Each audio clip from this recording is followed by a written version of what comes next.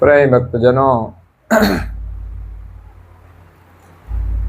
ज्ञान संप्रदायना आद्य स्थापक अनंत ब्रह्मांडाधीश विश्वनियंता सकर्ता सतकैवलना परम विशेषांश अनंत अंशोना तारणहार परम मोक्षना दाता कैवल वेदता परम विशेष अंश परम गुरु श्रीमद करुणा सागर महाराज ना पट शिष्य द्वितीय आचार्य पूज्यपाद श्री नारायणदास जी महाराज श्री स्वरचित उपासना अंतर्गत गुरु महिमा ने विषय परम गुरु नो महिमा समझावता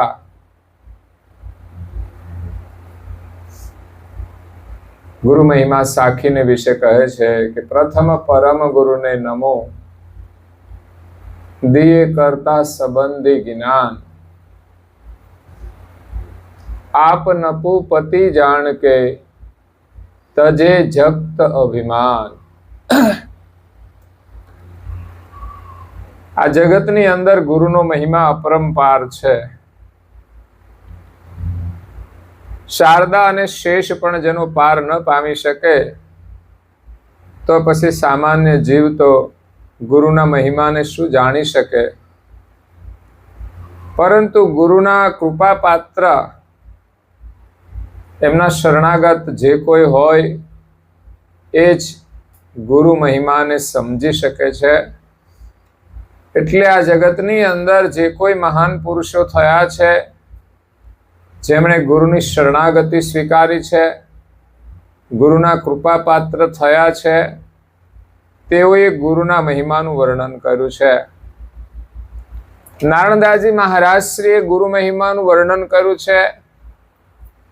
एमां मात्र पोताना गुरु तरीके ज नहीं पण धर्म जगतनी अंदर जे गुरुओ छे ए तमाम गुरुओमां परम गुरु ए शिरोमणि छे। तमाम धर्मगुरु अने परम गुरु में शुं भेद छे ए एणे समजायो छे। एटले आ जगतनी अंदर धर्म मार्ग में बधा ज धर्मोनुं अवलोकन करी एनो सार जाणीने नारायणदासजी महाराज श्रीए परम गुरुनुं शरण ग्रहण कर्युं અને એનો અનુભવ કર્યા પછી પરમ ગુરુની કરુણા પ્રાપ્ત કર્યા પછી એ આ ગુરુ મહિમાનું વર્ણન કરે છે। એમના હૃદયની અંદર પરમ ગુરુના સ્વરૂપનો જે અનુભવ છે એ અનુભવ દ્વારા એ પરમ ગુરુના મહિમાનું વર્ણન કરે છે। એટલે સૌપ્રથમ તો ગુરુ મહારાજના ચરણમાં વંદના કરે છે। પ્રથમ પરમ ગુરુને નમો દિએ કરતા સંબંધી જ્ઞાન। ગુરુ તો બધા કહે છે, કોઈ સદગુરુ કહે છે। અહીંયા નારાયણદાસજી મહારાજ શ્રીએ પરમ ગુરુનું સંબોધન કર્યું છે। એટલે ગુરુના આગળ કોઈ પણ સંબોધન લાગી શકતું નથી। જે પ્રકારની ગતિના ગુરુ હોય એ પ્રકારનું સંબોધન જ લાગે છે। એનાથી કદાચ વિશેષ સંબોધન કોઈ કરી દે તો એ વિશેષ બની જતા નથી। જેમ જગતના સર્જનહાર એક છે પણ આ દુનિયાની અંદર તો બધા જ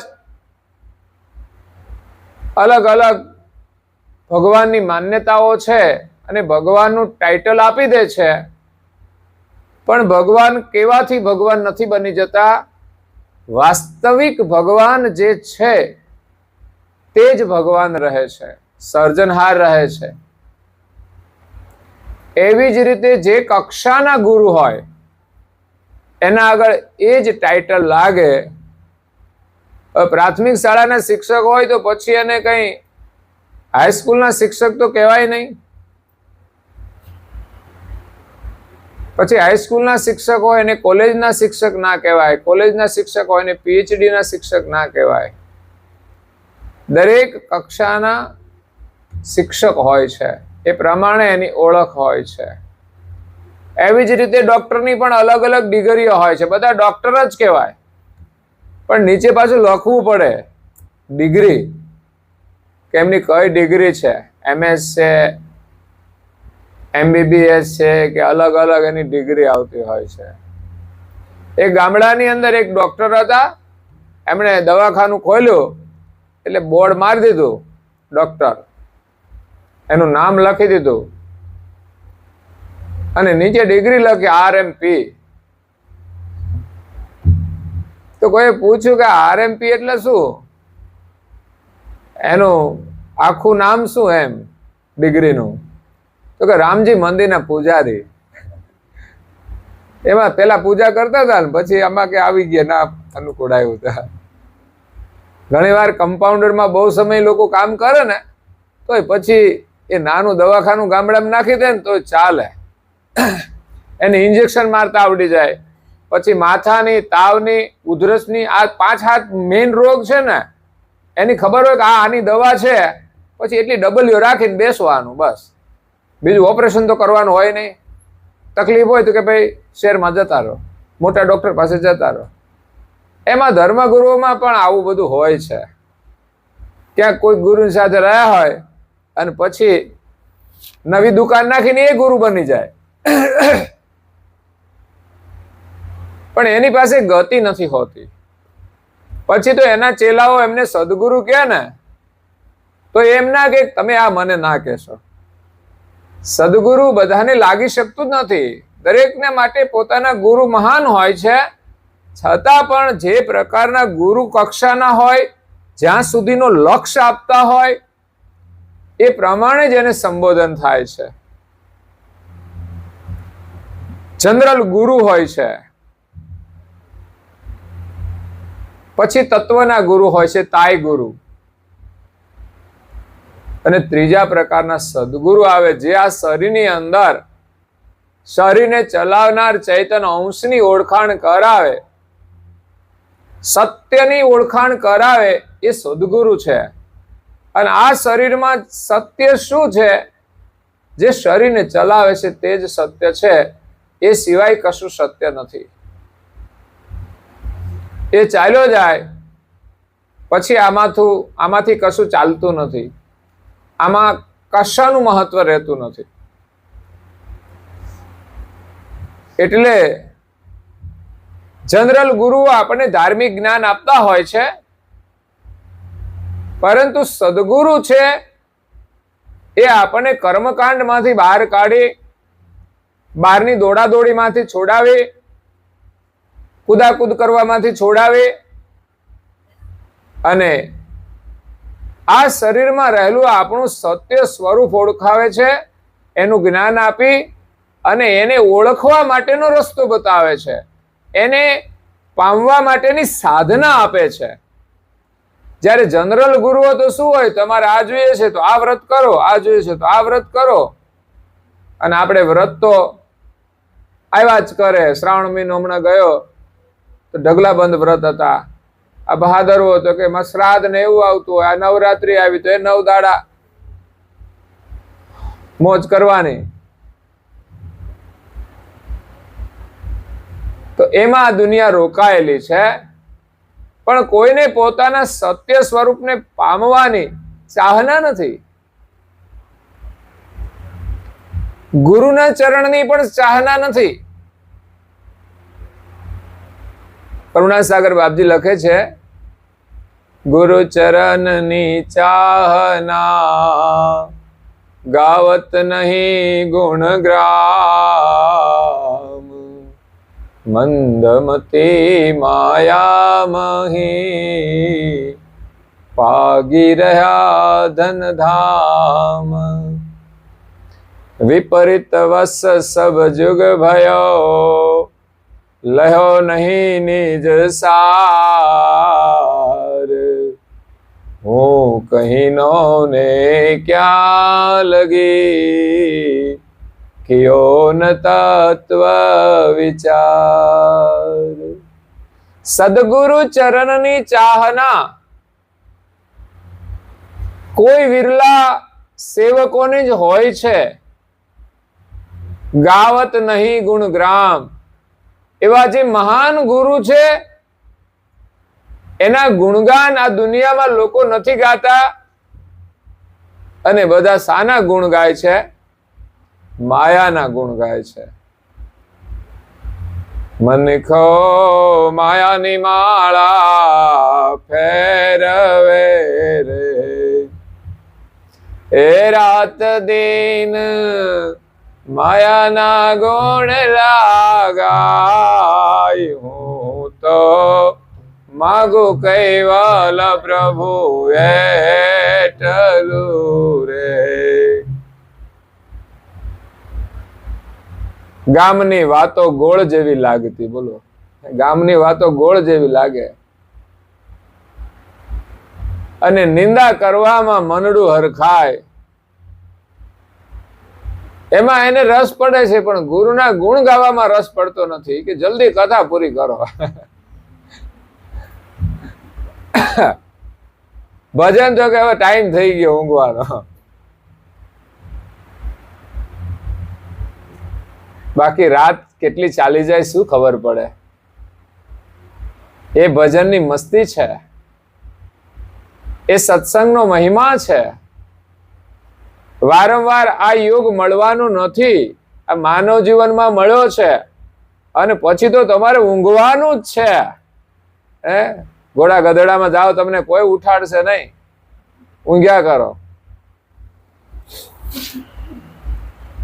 એટલે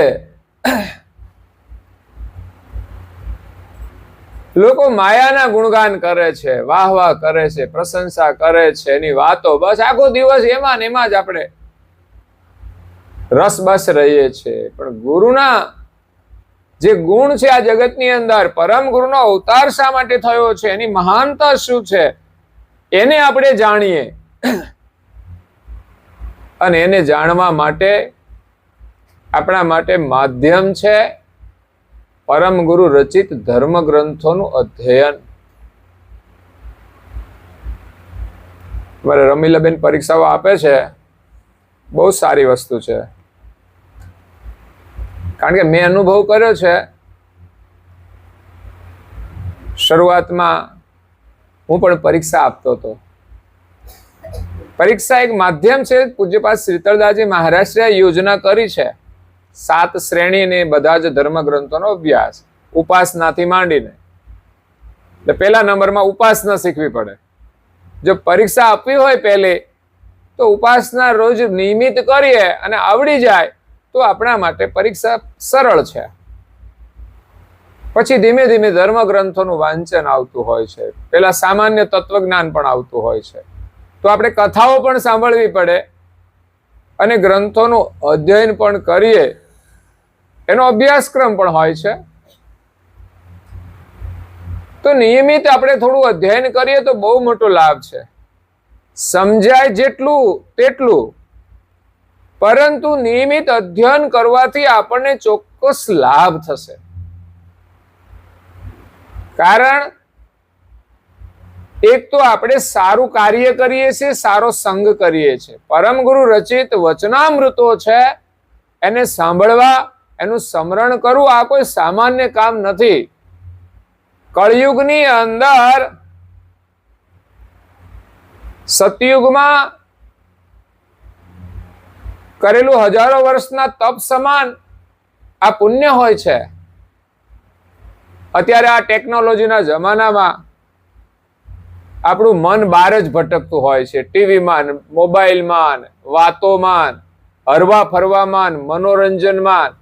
એમાંથી આ ધાર્મિક ગ્રંથોનું અધ્યયન કરવું એ બહુ ઉત્તમ કાર્ય છે. એટલે વધારે નહીં તો 15 મિનિટ રોજે 1 થી 2 પેજ જ આપણે વાંચન કરવા જોઈએ. બહુ જ આનંદ આવશે. એમાંથી આપણે ન જાણતા હોઈએ એવા રહસ્યો આપણને જાણવા મળશે.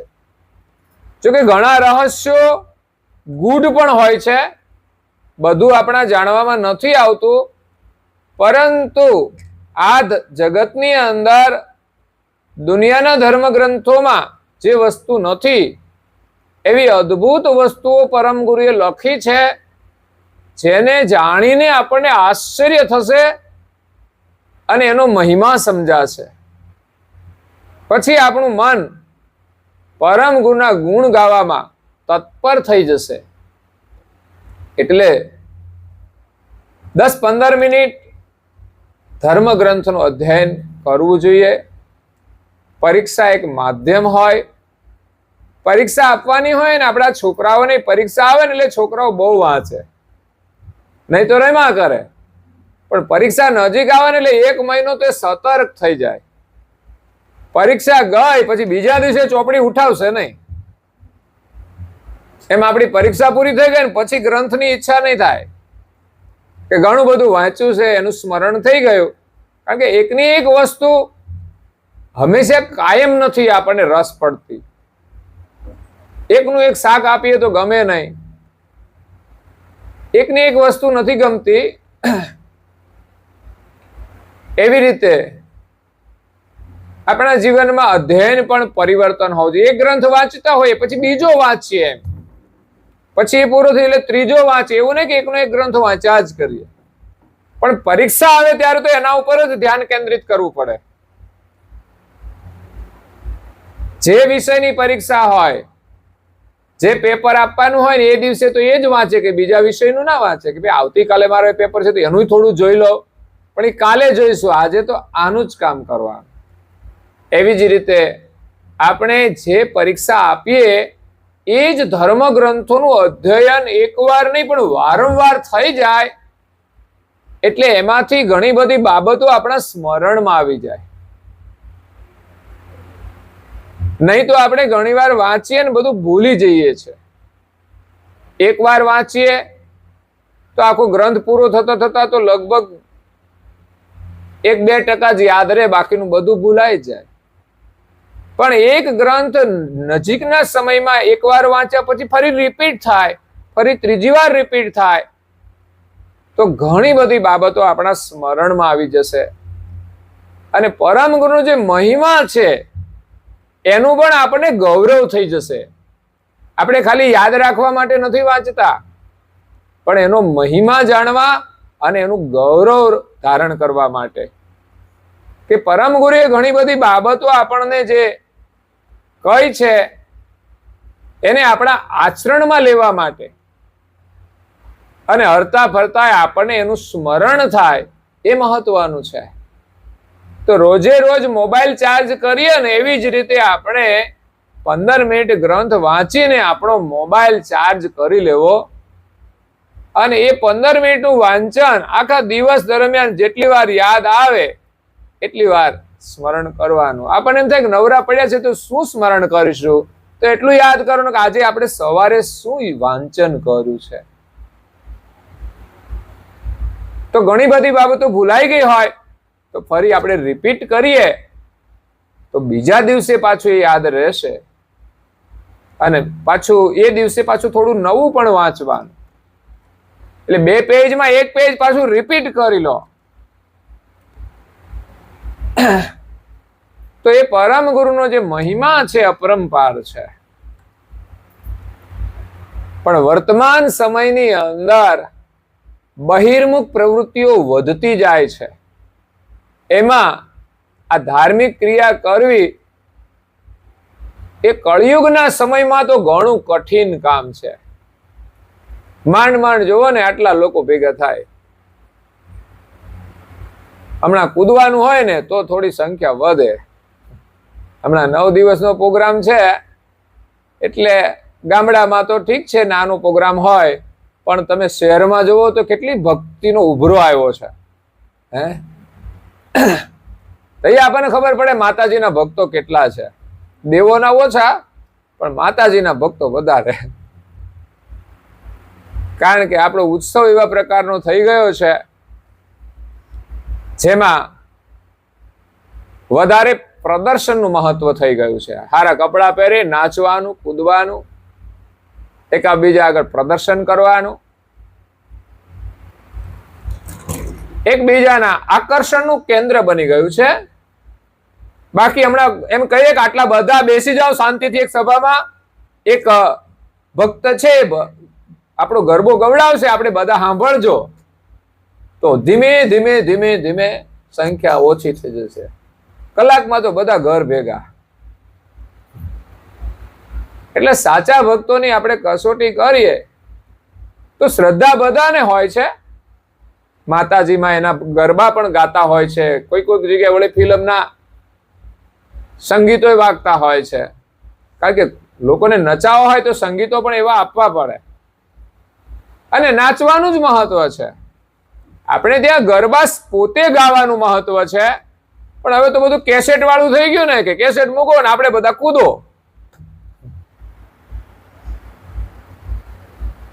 સાચું ભજન શાંતિથી બેસીને કરવાનું છે. આપણે ત્યાં રાસ ગરબા બધું છે જ, આપણી સંસ્કૃતિ છે, પણ એની સભ્યતા છે. આપણો પહેરવેશ, એની સભ્યતા આખા વિશ્વની અંદર પ્રસિદ્ધ છે. અને ગરબા આપણા દેશમાંથી વિશ્વ સુધી પ્રસિદ્ધ થયા છે. આજે તો વિદેશોમાં પણ લોકો એનો રસ લેતા હોય છે, પણ ત્યાં રોજ એને ટાઈમ નથી મળતો, એટલે શનિ રવિ 2 દિવસ લાભ લઈ લે. તો અહીંયા વાત હતી ગુરુ મહિમાની, કે ગુરુ ચરણની ચાહના ગાવત નહીં ગુણગ્રામ. લોકોને એના ગુણગાન માં રસ નથી પડતો. મંદમતી માયામહી, આ જગતની અંદર મંદમતીના જે માનવો છે એ માયાની અંદર પાગી રહ્યા ધન ધામ. ધન અને ધામની પાછળ પાગલ થઈ ગયા છે. માણસને કરવું છે શું? પૈસા, પૈસા, પૈસા. પૈસા જીવન જરૂરિયાતની વસ્તુ છે, પણ એની પાછળ લોકો પાગલ થઈ ગયા છે. માનવ જીવન મળ્યું છે પરમેશ્વરને ઓળખવા માટે, એને પામવા માટે, અને આ 84ના બંધનમાંથી છૂટવા માટે.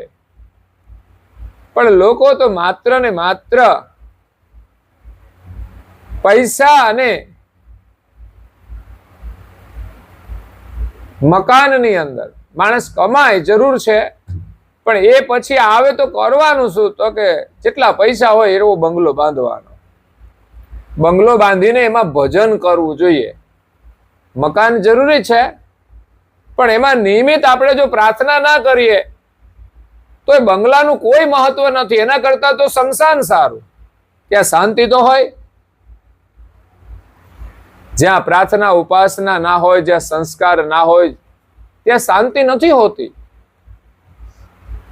હા, સગવડ જોવે તો બધું જ હોય, વ્યવસ્થા હોય છે, એટલે આપણે એમ માની કે આ લોકો સુખી છે. પણ પતિ પત્ની બે પાછા બોલતા ના હોય. લે, આવા મોટા બંગલામાં આવું થાય હોય એવું નથી. બંગલો થઈ ગયો એટલે પછી બધું સારું જ હોય. કાં તો છોકરા મન ફાવે એમ કરતા હોય, કારણ કે બધી ફેસિલિટી મળી જાય પછી એ નિયંત્રણમાં રહેતા નથી. એટલે સંપત્તિ આવશ્યક છે, પણ એની પાછળ પાગલ નથી થવાનું. આપણો અમુક સમય એમાં આપણે કાઢવાનો હોય કે આપણા જીવન નિર્વાહ માટે સંપત્તિ જરૂરી છે. અત્યારે મોંઘવારી પણ એટલી છે, અને જરૂરિયાતો પણ મહત્વની હોય છે. તો એટલી સગવડ થાય ત્યાં સુધી તો ચોક્કસ આપણે મહેનત કરવાની.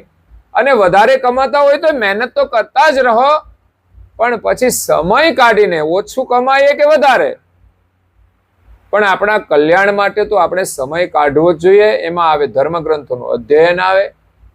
બીજું, નિયમિત સવાર સાંજ આપણા ઘરમાં પ્રાર્થના, ગુરુ મહારાજના ગુણગાન આપણે ગાવા જોઈએ.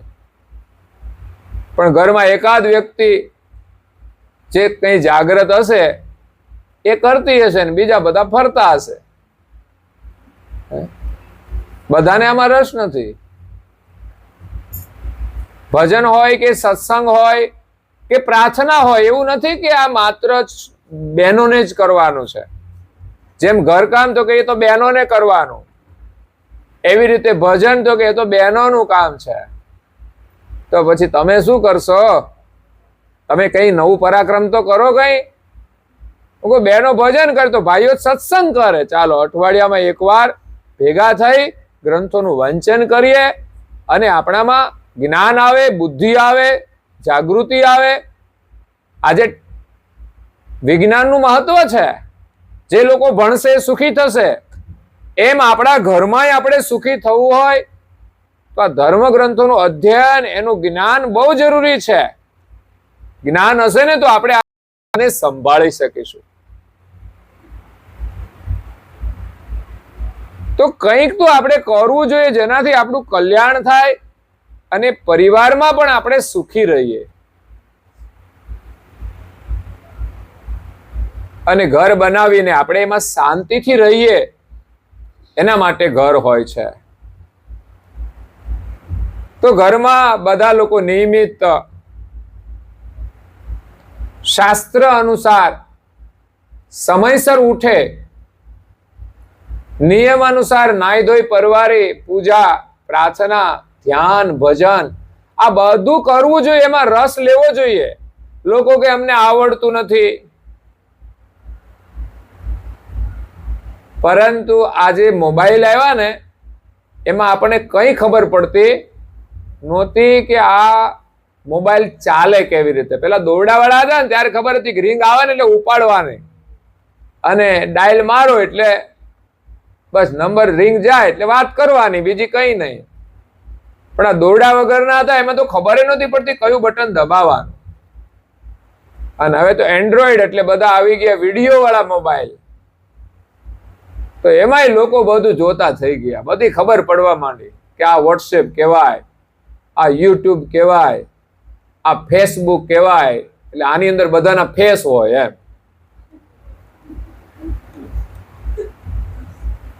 તો આ નહોતી ખબર, એ બધી જ ખબર પડવા માંડે.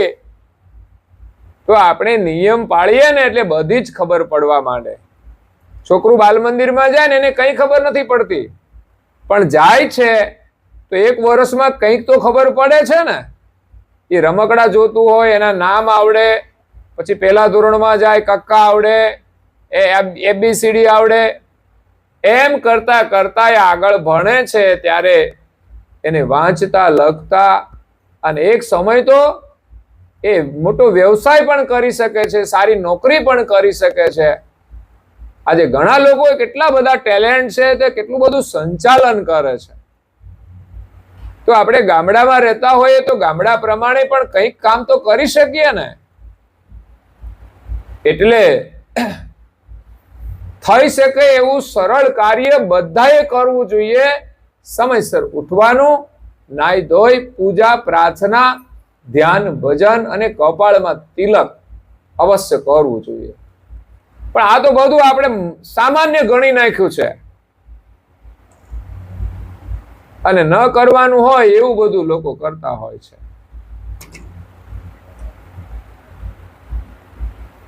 એટલે ગુરુ મહારાજના ગુણ ગાવા માટે સવારે પ્રાર્થના કરીએ 10-15 મિનિટ.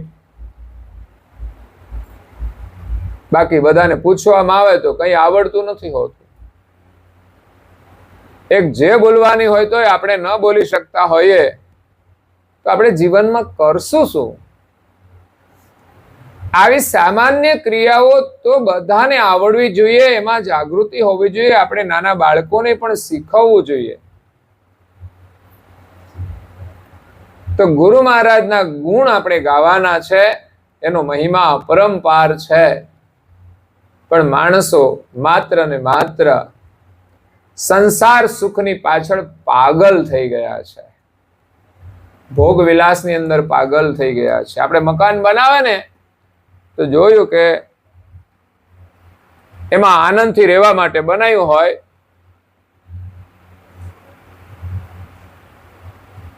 તો મેં કહ્યું એમ પૂજા માટે પણ એક સ્થાન હોય તો બધા ત્યાં પૂજા કરે. કદાચ બધા પરિવારને સાથે બેસીને કરવી હોય ને તો એવી રીતે થાય ને એવી જગ્યાએ ભગવાનનું સ્થાન રાખવું જોઈએ. પણ આપણે તો એવા ખૂણામાં રાખીએ ને એમાં એક જણ માંડ માંડ બેસે. એમાં વધારાનો આવો એક ખૂણો હોય ને સીડી નીચેનો કે આ અમે ખૂણો કઈ કામનો નથી તો અહીં ભગવાન બેસાડો. પછી માથેથી બધા હાલ્યા કરે, ઉપર થઈને જાય. હું તો કહું આવો ખૂણો હોય ને એને એના ખૂણામાં ટીવી ને નખાય. ટીવી કે તું આ ખૂણામાં બેસ. અને ભગવાને તો જ્યાં ટીવી મૂકો ને એ જગ્યા ઉત્તમમાં ઉત્તમ હોય. મકાન બનાવો ને એમાં પ્લાન હોય કે અહીંયા ટીવી રહેશે, અહીં ફ્રીજ રહેશે, અહીં રસોડું છે. તો ભગવાનનું મંદિર ક્યાં રહે ને એની પણ એક પ્રોપર જગ્યા હોવી જોઈએ. સૌથી પહેલા આખા ઘરના પ્લાનની અંદર મંદિર ક્યાં બનાવવું, પછી બીજું જ્યાં જાય ત્યાં. અને એ ઉત્તમ જગ્યાએ બધાને લાભ મળે. આપણે કે પહેલા રૂમમાં ટીવી મૂકો, મંદિર તો કે છેલ્લે જ આવવા દો. કેમ? તો અહીં બધા બેઠા હોય ને તો ડિસ્ટર્બ થાય. ડિસ્ટર્બ શા માટે થાય? પ્રાર્થના ત્યાં થાય તો બધાને લાભ મળે. ડિસ્ટર્બ કરવા માટે આવવાનું છે? જે આવ્યા છે એને સંધ્યાનો સમય થાય એટલે બધાને બેસી જવાનું હોય. સગા આવ્યા હોય તો સગાએ બેસે શાંતિથી. આપણે પ્રાર્થના કરીએ, સાંભળે. એના ઘરે જઈએ ત્યારે આપણે સાંભળીએ. આ સંસ્કૃતિ અને પરંપરા હોવી જોઈએ. પણ આપણે બધું સાઈડમાં કાઢ્યું છે. જેને કરવું હોય એ ખૂણામાં જઈને કરી લે. બાકીના બધા ઊંઘતા રહે મોડા સુધી. એ ઉઠીને સીધા ખાઈ પીને ખંખેરી મૂકે. આ આપણી પરંપરા છે. આ બદલવાની જરૂર છે. આપણી ભાવિ પેઢીને આનો લાભ નહીં મળે તો એ સુખી નહીં થાય. આ સગવડ મળશે, એને સગવડતાની દ્રષ્ટિએ સુખ મળશે. પણ આજે તમે જુઓ તો બધા ભણેલા લોકો છે, સગવડ વાળા છે, છતાંય ઘરમાં સમસ્યાઓ અનેક છે. કોઈના ઘરે જઈએ એટલે કંઈક ને કંઈક સમસ્યા તો બતાવે જ કે અમારા ઘરમાં આ સમસ્યા છે. પારિવારિક સમસ્યાઓ હોય છે, કોઈના મનમેળ ના હોય. બીજા નંબરની સમસ્યાઓ હવે શારીરિક આવી ગઈ, બીમારીઓ. કોઈને કોઈ બીમારીઓ હોય. એ પણ આપણી જીવન પદ્ધતિ યોગ્ય નથી માટે બીમારીઓ વધી છે. એ પણ યોગ્ય રીતે માણસ જીવન જીવે ને તો મોટા ભાગની બીમારીઓ ઓછી થઈ જાય. એટલે ગુરુ મહારાજના આપણે ગુણ ગાઈશું તો જીવન આપણું આનંદમય બની જશે. આ સંસારની જે મોહ માયા છે ને એ છૂટી જશે. અને દુઃખ છે ને એ સંસારની મોહ માયાનો જે મોહ છે ને એનું જ છે. જે વસ્તુ જેટલી જોઈએ એટલા પ્રમાણમાં એને ન્યાય આપવો જોઈએ. એનાથી વધારે પડતો એને પ્રેમ કરવો એ મોહ છે. આપણે ઘરમાં ઘણીવાર એવું હોય કે કોઈ વસ્તુને એટલો બધો મોહ રાખીએ કે એના માટે કોઈની સાથે ઘરમાં ઝઘડો થઈ જાય તો વાંધો નહીં. તો વસ્તુ માટે લોકો લડી પડતા હોય છે, મિલકતોના ઝઘડા હોય છે. તો એ મોહ છે. હા, પરિવારમાં રહેતા હોય એ વસ્તુઓની જરૂરિયાત જ હોય છે, પણ એ વસ્તુ માટે કે લડવાનું નથી હોતું. એ મોહ છે. તો આ મોહમાંથી આપણે છૂટવાનું છે. વિપરીત વશ સબ જુગ ભયો લહો નહીં નિજ સાર. જગતના બધા જ જીવો, મનુષ્યો વિપરીત પરિસ્થિતિને વશ થઈ ગયા છે. સંસાર તરફની મોહ માયા છે, એના પ્રત્યેનું આકર્ષણ એક વિપરીત પરિસ્થિતિ ઊભી થઈ ગઈ છે. જે કરવાનું છે ભૂલી ગયા છીએ અને ન કરવાની પાછળ આપણે દોડીએ છીએ કે જેમાં અંતે આપણા હાથમાં કંઈ જ આવવાનું નથી. જીવન ખાલી જીવીને પૂરું કરીશું. પણ સરવાળે જોવો તો અત્યારે જે ઉંમરવાળા વડીલો છે એની કોઈ મહત્વાકાંક્ષા હોય તો પૂછી જજો કે હવે તમને શું અત્યારે ઈચ્છા છે. એની બધી જ ઈચ્છાઓ પૂર્ણ થઈ જશે. કારણ કે શરીર હવે જે અવસ્થામાં આવી જાય ને પછી આ શરીર છોડીને જાય તો જીવનભર આ માયા માટે જ જીવ્યા હોય ને એને હાથમાં કશું જ નથી આવતું, એને કોઈ સુખ નથી મળતું. એને જીવનમાં ઘણું બધું કર્યું પણ એના હાથમાં કશું ના રહ્યું. અને જાય છે ત્યારે નિરાશ થઈને જાય છે, ઉદાસ થઈને જાય છે, દુઃખી થઈને જાય છે. આપણે એવું જીવન જીવવાનું છે કે જઈએ ત્યારે ખુશ થઈને જઈએ, હસતા હસતા જઈએ. જીવન એવું જીવીએ કે આપણે જ્યારે જઈએ ને ત્યારે પાછળ લોકોને આંસુ આવી જાય. આપણે ભલે આપણાથી જેટલું થાય એટલું જ કામ કરીએ, પણ કોઈને પણ આપણે મદદરૂપ થયા હોઈએ ને તો જાય ત્યારે આજુબાજુ વાળા જ આવે ને ત્યારે એની આંખોમાં આંસુ આવી જાય.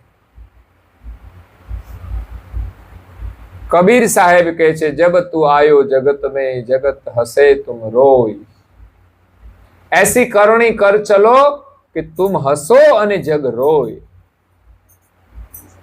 કબીરજી કહે છે કે જ્યારે આપણે જન્મા ત્યારે રડતા રડતા આવ્યા છીએ અને જગત ખુશ થાય છે. અમારે ઘરે દીકરો આવ્યો, એમાંય પાછા ભેદ, દીકરી આવે તો બહુ ખુશી ના હોય. આ કેવું બધું? પરણાવાની હોય ત્યારે તો બધા સારે બાજુ શોધો છો. જન્મતી વખતે જો ભાવ ના રાખ્યો હોય ને તો સમજવાનું લગ્ન છોકરાને કરવાના છે ત્યારે જ પછી શોધવામાં મહેનત પડશે. દીકરી પ્રત્યે આદર રાખ્યો હોય એને સરળતાથી દીકરી મળી જાય છે, એ પુણ્ય કહેવાય છે. એટલે ભાવનાઓ આપણી હંમેશા કામ કરતી હોય છે. પહેલી હોય, બીજી હોય કે ત્રીજી આવે, એક જ સરખો ભાવ કે પરમાત્માએ જે ઉપહાર આપ્યો છે આપણા માટે સ્વીકાર્ય છે.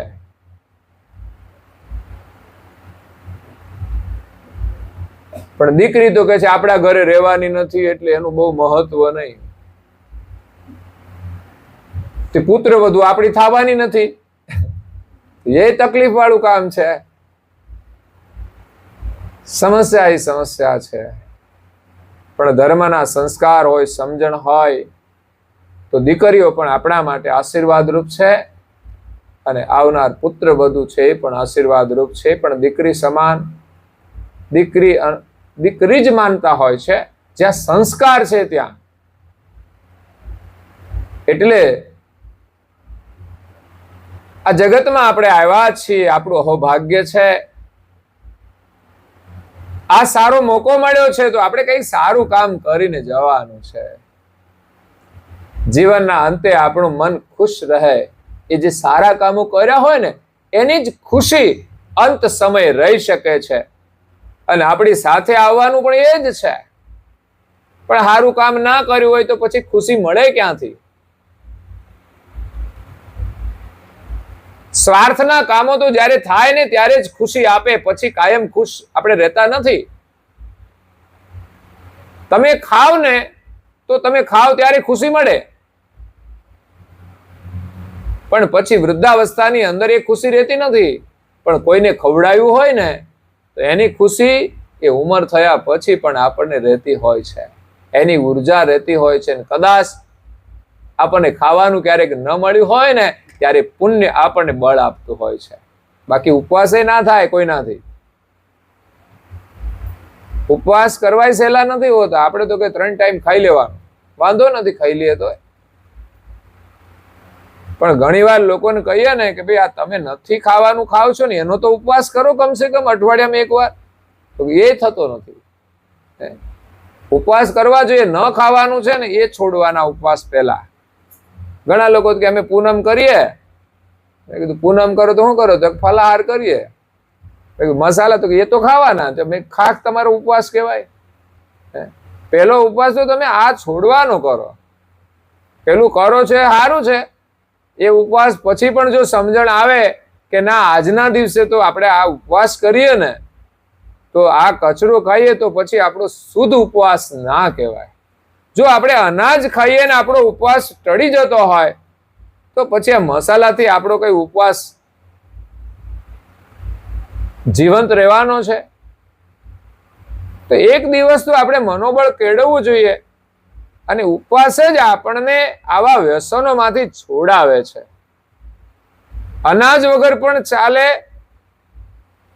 અને ક્યારેક ફલાહાર ન મળે તો પણ ચાલે. તો પછી આ મસાલા વગર તો કાયમને માટે ચાલશે. એટલે વિપરીત પરિસ્થિતિને વશ થઈ ગયા છીએ તો આપણે જીવનમાં સાર ના સમજ્યા, લહ્યો નહીં નિજ સાર, પોતાનો સાર, કે મને જીવન શા માટે મળ્યું છે અને આ શરીરમાં હું કોણ છું, હું કહીનો ક્યાંથી આવ્યો છું અહીંયા, અને આ શરીરમાં તો હું રહું છું, આ મકાનમાં રહું છું, પણ અહીં રહેવાનો. હમણાં બહેનો એ સરસ ભજન ગાયું ને, એ જ ગાયું હતું ને, પંચતત્વના પિંડને પડતા નહીં લાગે વાર.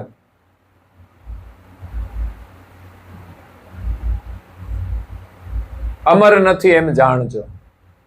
આટલું સમજાઈ જાય ને તો ઘણું છે. આ ભજનો આપણે ગાઈએ છીએ, એનો વિચાર કરીએ ને તો આ માયા છે ને ધીમે ધીમે ઓછી થઈ જાય.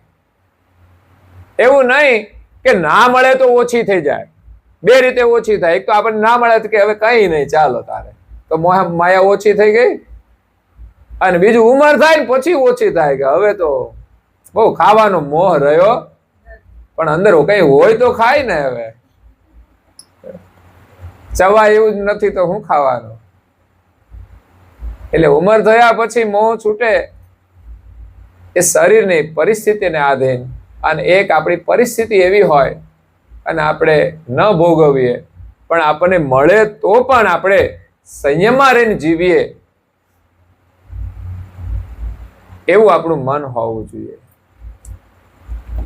એટલે આપણે અહીંયા રહેવાના નથી,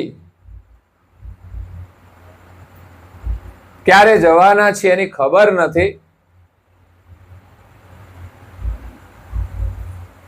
પરિવારમાં હમણાં આ બીજા સદસ્ય જતા રહ્યા, પારાયણ કરું ત્યારે તો કઈ તકલીફ હતી જ નહીં, અને મને ખબર નહોતી નજીકમાં જ આવવું પડશે. અને અણધાર્યા પ્રસંગો આવી જાય તો થોડી તકલીફ સામાજિક રીતે પડતી હોય છે, પણ એમાંથી સત્ય આપણે સમજવાનું છે કે આપણે બધા અહીંથી જવાનું છે, તો અહીંયા રહીએ છીએ ત્યાં સુધીમાં આપણે કરવાનું શું છે, આ જીવન મળ્યું છે શા માટે. નિર્વાહ તો બધા જ કરે છે, આખર તો નિર્વહન કરીને ચાલ્યા જવાનું છે. કદાચ કોઈ બંગલામાં રહ્યા કે ગાડીમાં ફર્યા, લાભ શું મળ્યો છે? કદાચ કોઈ ઝૂંપડામાં રહ્યા અને મજૂરી કરી તો એને નુકસાન શું થયું છે? એ પરિસ્થિતિ તો આપણા કર્મ અનુસાર આપણને મળી છે. આપણે જે કઈ કર્મ કર્યા હોય એ પ્રમાણે આપણને પાછી મિલકત મળી જાય છે, આપણે ભોગવીને ચાલ્યા જઈએ છીએ. પણ મુખ્ય ઉદ્દેશ આ માનવ શરીર મળ્યું છે કે હું આ શરીરમાં કોણ છું, પોતાને આપણે ઓળખવાના છે.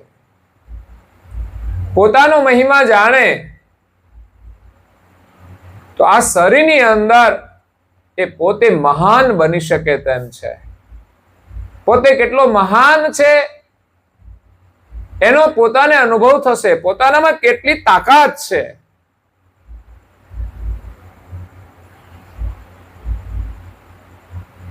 આ મનુષ્ય શરીર આપ્યું છે પરમેશ્વરે,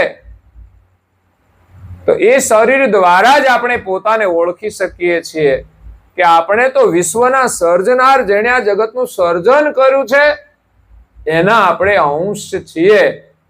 અને આપણામાં તો એટલું સામર્થ્ય છે કે આ જગતની કોઈ પણ વસ્તુ આપણે જોઈતી હોય ને, આપણે ઈચ્છા કરીએ ને આપણને મળી જાય એવું સામર્થ્ય આપણામાં છે.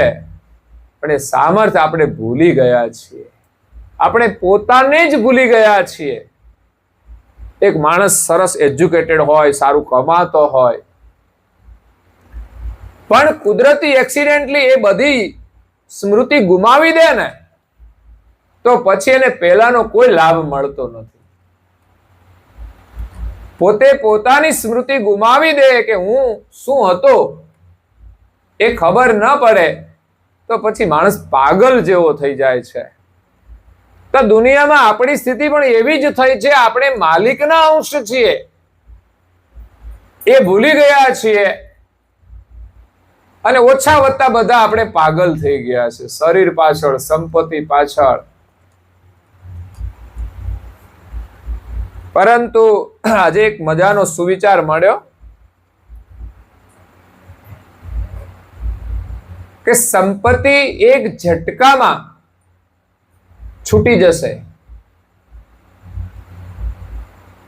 આપણી પાસે રહેવાની નથી, એક ઝટકામાં છૂટી જશે. આપણને રૂપ મળ્યું છે, યુવાની મળી છે, એની સુંદરતા છે, એ પણ એક બીમારીનો ઝટકો લાગે ને તો એની સુંદરતા નષ્ટ થઈ જાય છે. એટલે અને એક માણસ જગતમાં એનું સન્માન હોય છે, પ્રતિષ્ઠા હોય છે, માન હોય છે, પણ માણસ એક નાનકડી કઈ ભૂલ કરી દે ને તો એની પ્રતિષ્ઠા ઉપર પાણી ફરી જાય છે. માણસ લપસી પડે ને એટલે સારા કપડા પહેર્યા હોય ને તો એ ગંદો થઈ જાય ને, એ માણસ બહુ જ કીર્તિવાન હોય પણ એક ભૂલ સામાન્ય કંઈ પણ કરી દે ને તો એની કીર્તિ ધૂળમાં મળી જાય છે. એટલે બધી જ વસ્તુઓ એક ઝટકે જતી રહેવાની છે, એનું ક્યારેય અભિમાન કરવું જોઈએ નહીં. પૈસા પૈસા છે, એની જગ્યાએ એનો ઉપયોગ કરવાનો, પણ એનું અભિમાન સારું નથી. રૂપ અને સુંદરતા મળે તો એને સંભાળી રાખો અને જીવનમાં સારા કાર્યો કરીએ. બાકી એ ટકવાનું નથી અને માન મોટાઈ પણ કોઈની રહેતી નથી.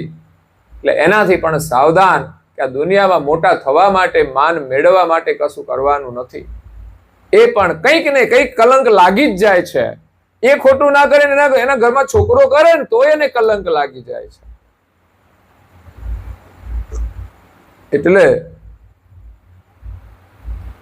હું કહીનો ને ક્યાં લગી કિયો ને તત્વ વિચાર. આને તત્વ વિચાર કહેવાય. આ શરીર એ તત્વોનું બનેલું છે. એમાં હું કેવો છું? આ શરીરને ચલાવવા વાળો છું. શરીર તો કેવું છે? ક્ષણભંગુર છે, રોગથી ભરેલું છે, મળમૂત્રથી ભરેલું છે. એમ જોઈએ તો એની અંદર કઈ સાર નથી. પણ ભગવાને જે પ્રકારે બનાવ્યું છે એ પ્રમાણે તો આ શરીર સર્વોપરી છે, સર્વશ્રેષ્ઠ છે કે આ જ શરીર દ્વારા આખી દુનિયાને આપણે જાણી અને એને સમજી શકીએ છીએ. આ દુનિયાની રચના કેટલી અદ્ભુત છે. પ્રાણીને શું ખબર પડે? એને એ ખબર નહીં હોય કે આ કયું ગામ છે. પૂછો ગાયો ભેંસોને, કયા ગામમાં રહો છો તમે? એને ખબર નહીં હોય. એને આ ગામમાંથી બીજા ગામમાં લઈ જાય તો એને કોઈ નહીં ખબર હોય કે અમે કયા ગામમાં આવ્યા છીએ. બસ એક બે દિવસ માલિક યાદ રહે, પછી તો એ ભૂલી જાય. પછી તો બીજી જગ્યાએ જાય તો કે આ મારા માલિક છે. આ છે પશુ દશા. તો માણસ બનીને પણ આપણે પશુ જેવું જીવન જીવીશું તો આ દુનિયાને આપણે સમજી શકવાના નથી. અગર તો જીવન માટે જે લાભ લેવાનો છે મળશે નહીં. અને પછી ક્યાં જવાના? તો કે પશુની જેમ જીવાતો પશુમાં જવાના, પ્રાણીની જેમ જીવાતો પ્રાણીમાં જવાના.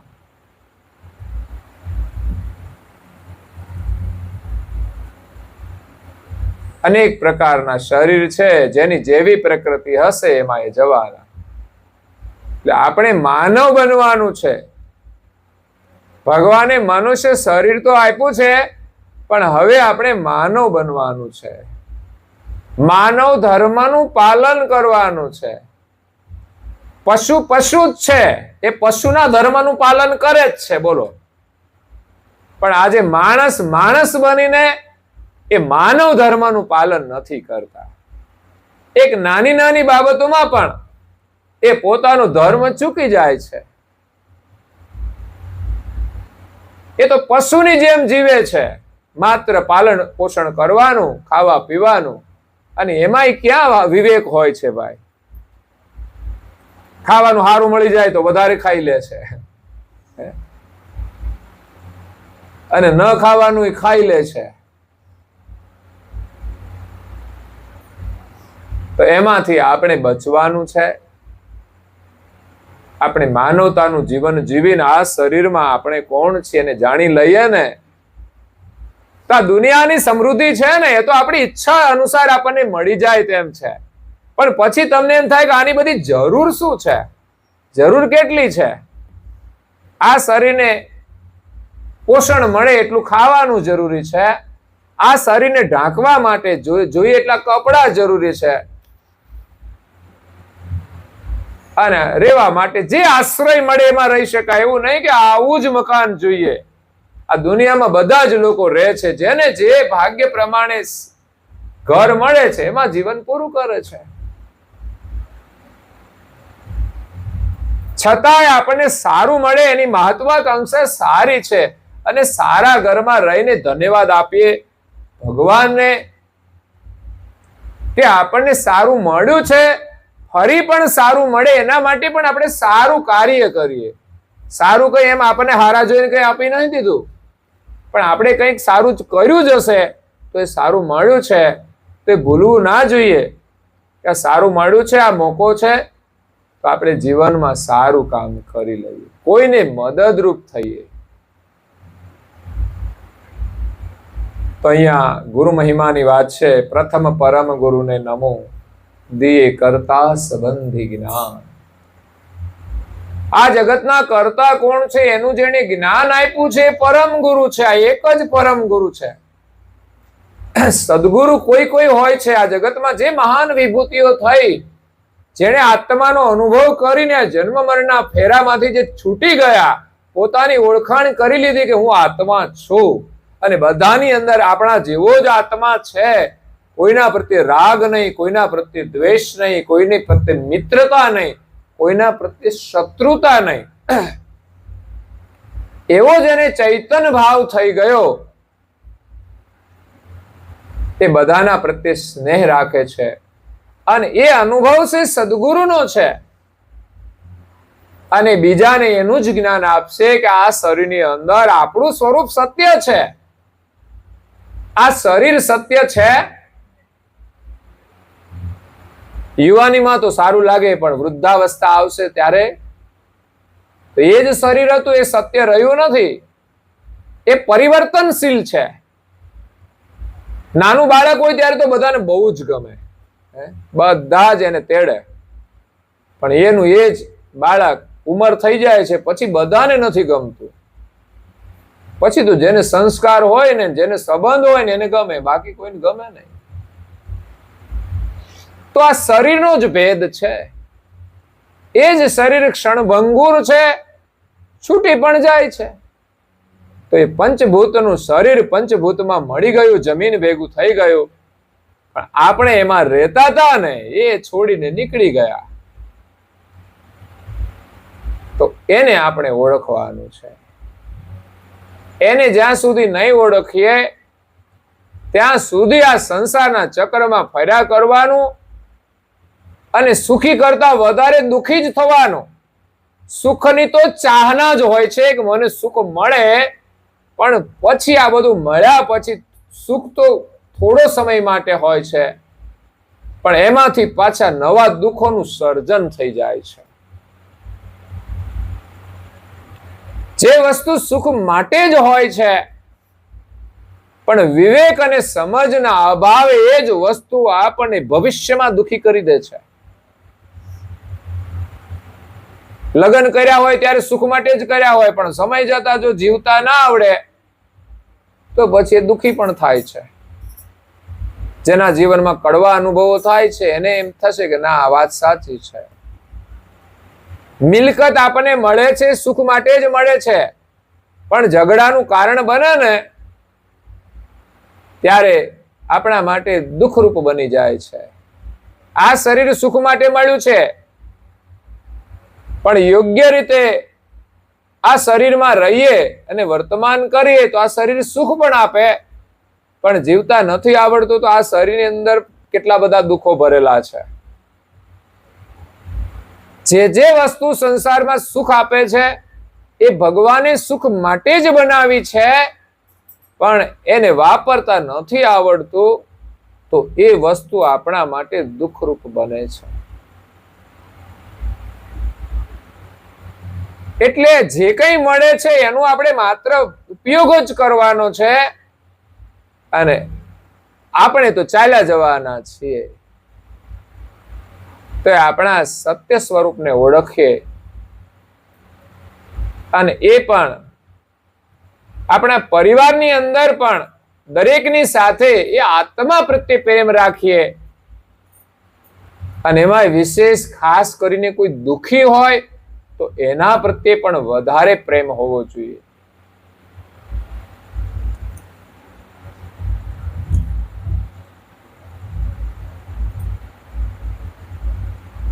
વિપરીત વશ સબ જુગ ભયો લહ્યો નહીં નિજ સાર, હું કહીનો ને ક્યાં લગી કયોનો તત્વ વિચાર.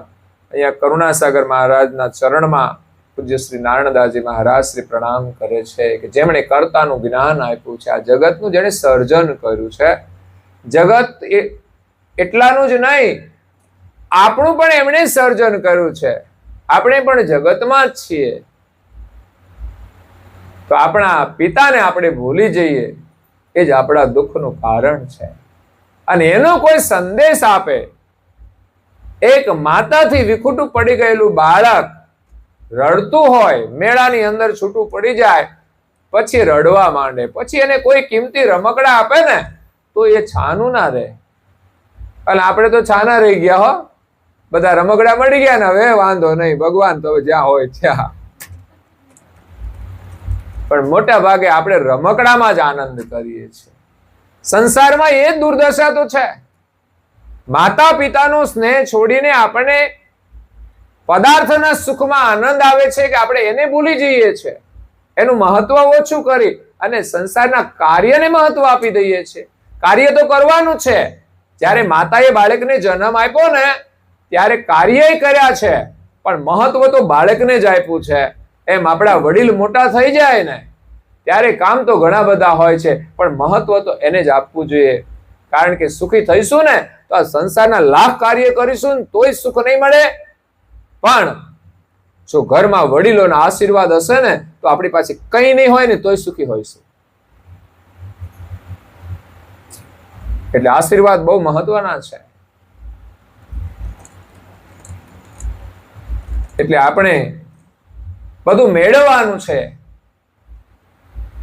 પણ ઘરમાં જે વડીલો છે, જેમણે માતા પિતાએ જન્મ આપ્યો છે, પછી એવું ના માનતા હું તો ભાઈ પિયરમાં થી આવી એટલે હું મારા માતા પિતા તો જન્મ આપનાર તો એ છે, એને મને મોટો કરી છે, એટલે આનું કઈ બહુ મહત્વ ના હોય, એવું નહીં વિચારવાનું. આ તો કે છે એમના માતા પિતા છે, પણ એ મહત્વ આપે ને તો વચ્ચે આડો પગ નહીં કરવાનો પાછો, નહીં તો પાછો એ મુશ્કેલીઓ હોય છે. અને આપણે જે ઘરે આવ્યા છીએ, ભલે જન્મ નથી આપ્યો, પણ એમણે જીવનમાં મહેનત કરીને જે કઈ સમૃદ્ધિ પ્રાપ્ત કરી છે ને એનો અધિકાર તો આપ્યો છે ને. તમે તો ખાલી હાથે આવ્યા છે, કદાચ લાવ્યા હોય તો 5 વાસણ લાવ્યા છો, 5 જોડી કપડા લાવ્યા છો, પણ બાકીની જે મિલકત છે એનો અધિકાર તો તમને આપ્યો છે ને. તો કે ભાઈ આ સંપત્તિની કઈ મહત્વ નહીં. હવે તો એવું પણ લોકોને થઈ જાય, સંપત્તિ તો તમને કદાચ મળશે, પરંતુ જે વડીલો છે એના જે આશીર્વાદ છે એ નહીં મળી શકે. કદાચ એમ કે ભાઈ હાલો વડીલોની મિલકત હોય, એમાં હું હવે 2 વીઘા જમીન છે ને એક જૂનું મકાન છે, આપણે તો શહેરમાં રહેવાનું હોય, શું કરવાનું એમ. પણ ના, એ મિલકત તો માધ્યમ છે, પણ એ જ મકાનની અંદર જે બાળકો મોટા થયા હોય ને એનું મહત્વ છે. જે બાળકો ત્યાં મોટા થયા હોય, એને સંસ્કાર મળ્યા હોય, એ માતા પિતાનું મહત્વ છે, સંપત્તિનું પણ મહત્વ છે. અને એ દીકરી જે ઘરમાં આવી હોય, એમને જે ઘરવાળા મળી ગયા તો કઈ રેડીમેડ થોડા મળ્યા છે, ક્યાંય માર્કેટમાંથી લઈ આવ્યા છો? એને એ ઘરમાં મોટા કર્યા છે, એ વડીલોએ મોટા કર્યા છે ને તમને આપ્યા છે. તો સંસ્કારની દ્રષ્ટિએ આપણા વડીલોનું બહુ જ મહત્વ છે. એના આશીર્વાદ એ જ આપણને સુખી કરી શકે છે. તો પિતાને ભૂલીને આપણે બધા દુનિયામાં રમકડાથી રમીએ છીએ, પણ એ રમકડા આપણને એટલું સુખ નહીં આપી શકે. નાની ઉંમરમાં જે બાળકો હોય છે, બાળકો રમકડાથી રમતા હોય છે, એવું નથી કે ના જોઈએ, પણ રમકડા કરતા એની ખુશી એને માતાની ગોદમાં મળે છે. એ માતાથી અલગ હોય ને માતાને જોઈને એમ ખુશ થઈને આવીને દોડીને ખોળામાં બેસી જાય, એની જે ખુશી હોય ને અદ્ભુત હોય છે. પછી તમે બોલાવો ને તોય નહીં આવે. તો માતા એની સાથે વાર્તાલાપ કરશે, એને બધું શીખવશે. રમકડા એ રમકડા છે, રમકડામાંથી કશું બીજું મળતું, એ તો આપણું મનોરંજન કરે, આનંદ આપે થોડી વાર, બાકી વધારે કઈ લાભ મળતો. ભૂખ લાગે તો રમકડાને કહેવાય ભાઈ અમને ખાવાનું આપો, હે? કાં તો એને ચાવે તો એમાંથી દૂધ આવે ખરું? ના, એ તો માતા જ આપે છે. એટલે માતાનું યોગદાન એ કોઈ રમકડા ના લઈ શકે. એમ વિશ્વના સર્જનહાર છે ને, એનું યોગદાન આ જગતની માતાઓ છે એનાથી પણ વિશેષ રહ્યું છે. સ્વાર્થ માટે કદાચ માતાઓ બાળકને પણ છોડી દે, કારણ કે અત્યારે એવું થતું હોય છે, લગ્ન થયા હોય ને પછી એકાદ બાળક હોય ને પછી પાછી ગડબડ થઈ જાય, મોડી થાય પાછી. વહેલી થઈ જાય તો તકલીફ નહીં, પણ મોડી થાય પાછી. પછી આ સંતાનો મોટા થઈ ગયા હોય ને ત્યારે ગડબડ થઈ જાય. આ માણસની સમસ્યાઓ કેવી છે કે 10 વર્ષ સાથે રહ્યા પછી પણ ગડબડ થઈ જાય છે. પછી એ છોકરા પ્રત્યેનો પ્રેમ કે મારે તો બીજે જવું હોય તો પાછો છોકરું તો નડે, એટલે પછી કે લઈ જાય તો સારું. આ પ્રેમ જતો રહે છે. એટલે સંસારમાં માતાનો પ્રેમ હોય જ છે બાળકો પ્રત્યે. એ હંમેશા પોતાની સાથે રાખવા પ્રયાસ કરે છે, ભલે જે પરિસ્થિતિ આવે, પણ મારા બાળકને હું મારી સાથે રાખીશ, એટલું પ્રેમ હોય છે. એમ પરમેશ્વર છે એ આપણું પોષણ કરે છે. દુનિયામાં આનંદ ભલે કરીએ, પણ આખર આનંદ મળે છે તો માલિક આપણને જીવન આપે છે ને તો. બાકી આ દુનિયાના રમકડા કોઈ કામના નથી. જો જીવન પૂરું થઈ ગયું તો ખેલ ખતમ થઈ જશે. પછી જેટલી માયા હશે ને બધી એક ઝટકે છૂટી જશે. સંપત્તિ એક ઝટકામાં છૂટી જાય, કાં તો કંઈક નુકસાન થઈ જાય તો છૂટી જાય, અને કાં તો શ્વાસ ઉભો રહી જાય તોય છૂટી જાય.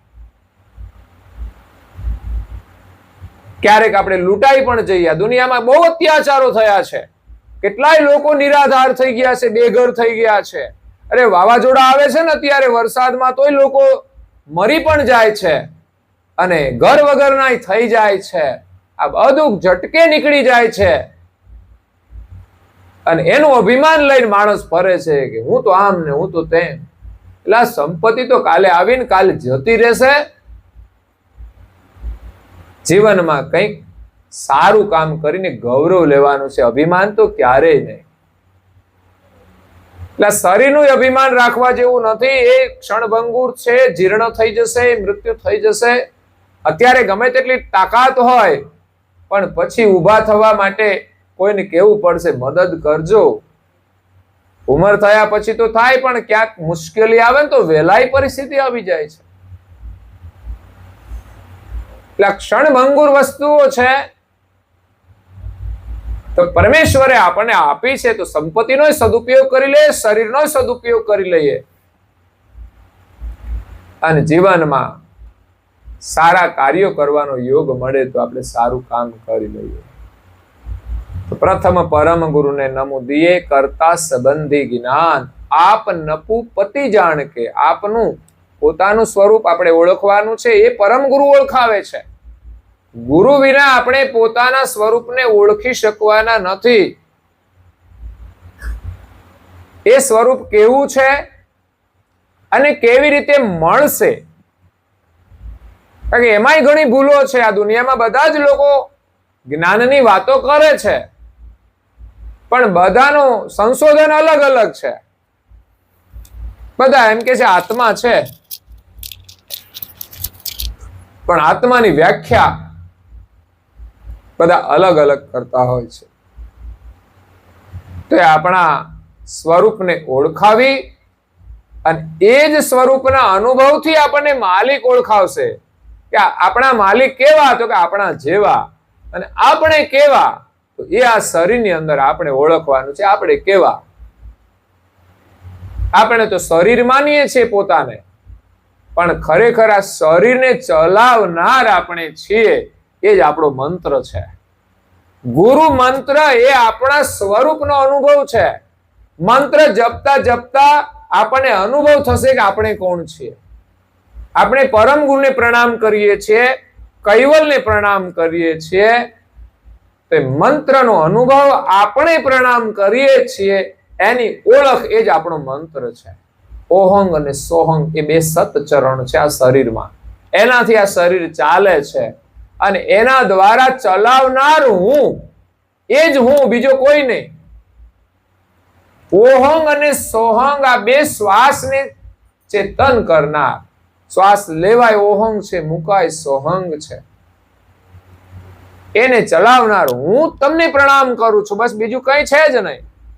પરમ ગુરુને આપણે પ્રણામ કરીએ છીએ અને એ જ બે હંગ દ્વારા આપણે કૈવલની સાથે એકતા કરવાની છે. અને એ લક્ષ્ય પરમ ગુરુનો છે અને પરમ ગુરુની કરુણાથી એ કામ થશે. એવા પરમ ગુરુને નારાયણદાસજી મહારાજ શ્રી પ્રણામ કરે છે. બીજી આગળની ચોપાઈ છે, સવારે આપણે લઈશું. અત્યારે અહીંયા સમય થાય છે તો કથાને વિરામ આપીએ. અસ્તુ સત કૈવલ સાહેબ. ઘરના સદસ્ય જે બોલાવજો, માઇક આપજો.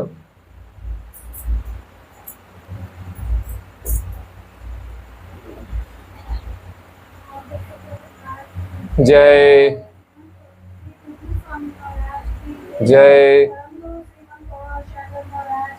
જય જય જય જય જય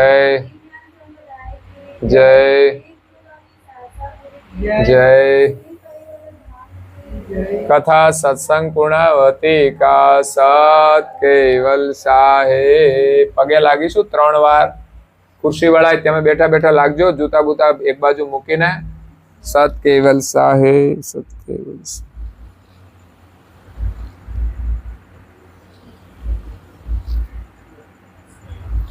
કૈવલ હંસો સત કેવલ સાહેબ. બાજુ બાજુ સૌને સત કેવલ સાહેબ.